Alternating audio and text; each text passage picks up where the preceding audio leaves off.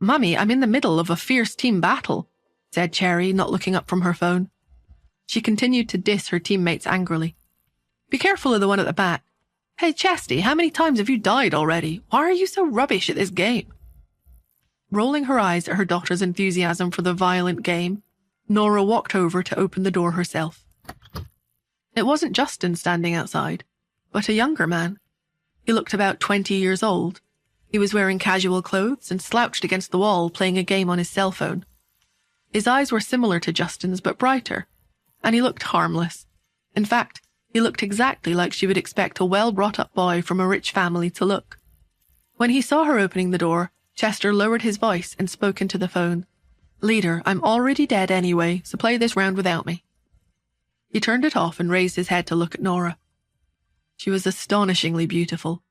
Her cat-like eyes looked sleepy, though, and her voice was low as she asked, "Is something the matter?" Chester said, "Miss Smith, there's something delicate I'd like to discuss with you. We need you to give up this presidential suite and move to one downstairs." Nora raised her eyebrows. "Why?" He held out a check. "I'm afraid I can't disclose the reason behind this decision, but let me assure you it has not been taken lightly. As you are no doubt aware, this hotel belongs to the Hunts. According to our regulations, if we cancel a booking without reason, we'll pay double for breaching the contract. The check's for $5,000. Nora stared at the check wordlessly. Seeing that she wasn't giving in, Chester turned more threatening. "If you don't agree, then I'll have to ask security to throw you out. I'm sure you don't want things to escalate like that, right?" How dare he threaten me? The look in Nora's eyes turned cold. Chester cracked and finally revealed the reason why she needed to leave the room. "Miss Smith, you've been trying to seduce my older brother, Justin.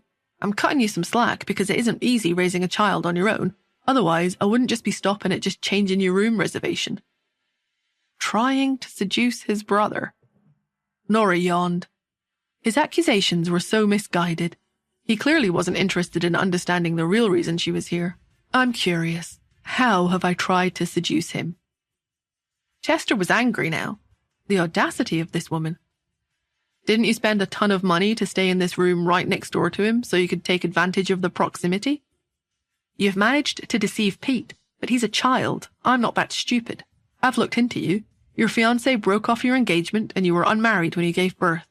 What makes a woman like you think you're worthy of my brother?" Whoa, have I missed something? How am I in the wrong just by staying next door? What makes Justin so superior? Nora was fed up. "So no one's worthy of staying in this room, is that it?" Chester wasn't keen on her change of attitude. His reply was sarcastic. "Of course not. My brother has discovered that Dr. Athena is staying in this hotel. When he finds her, he'll invite her to stay here.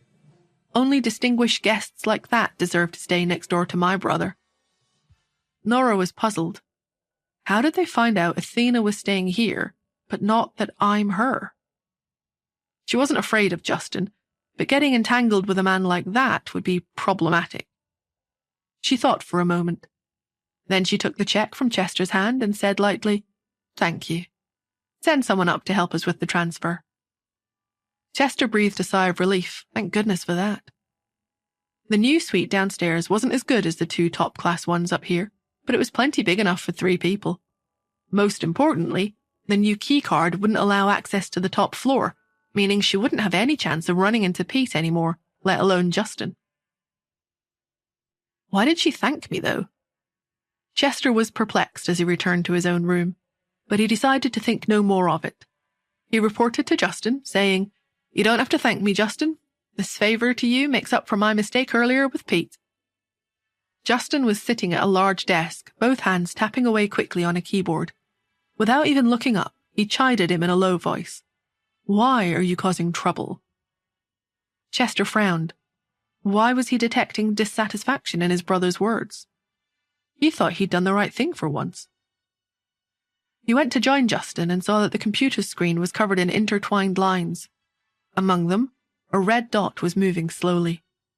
It was Dr. Athena, the person Justin had been keeping tabs on for half an hour, tracking her movements. Suddenly, the red dot flashed a few times and disappeared. You've lost her, Justin, said Chester before he could stop himself. Justin swore and glared at his brother. I can see that, he growled. Chester instantly shut up. Lawrence glanced at Chester and sighed inwardly. The Hunt family was so complicated, and all Justin's other relatives were like him, highly intelligent and hard to read. How had they produced such a simpleton? He coughed and said, Mr. Hunt, why would she suddenly go offline at this critical moment? Do we have a traitor? Justin shook his head. He'd been tracking her himself this time, as finding her was so crucial. Her surgical skills were invaluable to his family. Only the three of them in that room, himself, Chester, and Lawrence, knew about his desire to find her. There's no way Athena could have been tipped off. It must have been a coincidence. The hotel was very efficient. Half an hour later, Nora was already settled in the study of her new suite. After she'd successfully blocked an external attack, she called Solo, who tried to explain. Sorry, Mr. Hunt found a top-class hacker from somewhere and got information on you from me. At the moment, he's only found out that you're staying at the Hotel Finest.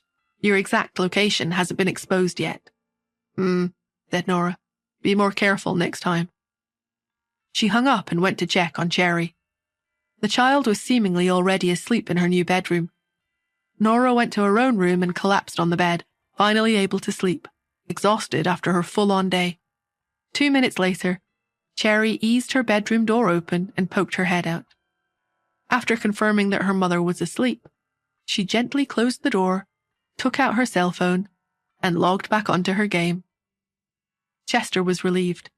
You're finally back, leader. Where have you been? Cherry groaned. Ugh, the idiot next door demanded we change rooms, totally out of the blue. What? Which idiot is that? How dare they bully our leader? Chester didn't think any more of it after that. After all, you meet all kinds of strange people when staying in hotels. Didn't you say yesterday that you're back in California after living abroad all this time? I've come all this way to look for you. Where are you staying? The top-class suite next to mine just so happens to be vacant. It's on me. They hadn't found Athena yet, so it was still empty. In response, he heard Sweet Cherry scolding him. Get into position, Chesty. Even the monsters in the river are better than you at getting into their positions. It was only after she'd scolded him that she replied, I'm staying at the Hotel Finest. Chester spluttered and started coughing violently. Once he'd recovered his breath, he said, I'm in Hotel Finest too. I'll come to you. Okay. Please subscribe to the Pocket FM YouTube channel and press the bell icon for instant notification. Check out our channel for more such exciting shows.